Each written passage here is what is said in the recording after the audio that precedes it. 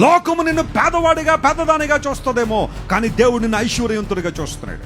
లోకము నిన్ను తక్కువగా చూస్తుందేమో, నీ కులాన్ని బట్టి, నీ జాతిని బట్టి. నువ్వు తక్కువ వాడవే, నువ్వు కాళ్ళలోంచి వచ్చావు, పాదాల్లోంచి వచ్చావు, లేదా పాద ధూళిలోంచి వచ్చావని తక్కువ అంచనా వేసి నేను చూస్తారేమో, కానీ దేవుడు ఎప్పుడు నేను తక్కువగా చూడలేదు.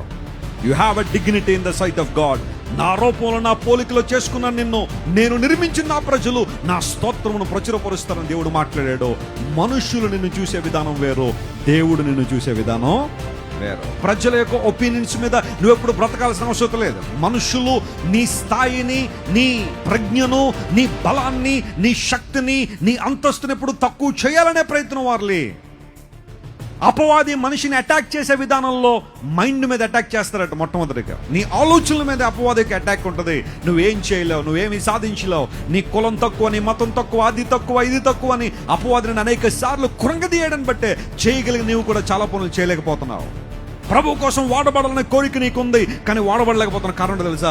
అపవాది అంటాడు, నువ్వు చేసేది ఏముంది అక్కడ, నువ్వు ఏం చేస్తావు, నువ్వు దేవుని కోసం ఏమిస్తావు, దేవుని కోసం ఏం పాడతావు, దేవుని కోసం ఏం వాయిస్తావు, వాయిద్యాలు నీకేం వచ్చని అనేక సార్లు నువ్వు చేయగలిగి కూడా ఎందుకు చేయలేకపోతున్నావు తెలుసా? The enemy is attacking on your mind.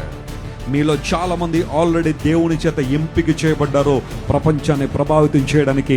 మీ కుటుంబాన్ని, మీ వ్యవస్థను, మీరున్న ఏరియాను, మీరున్న పట్టణాన్ని, మీరున్న రాష్ట్రాన్ని, మీరున్న దేశాన్ని ప్రభావితం చేయడానికి దేవుడు మిమ్మల్ని ఎన్నుకున్నాడు. హల్లెలూయా.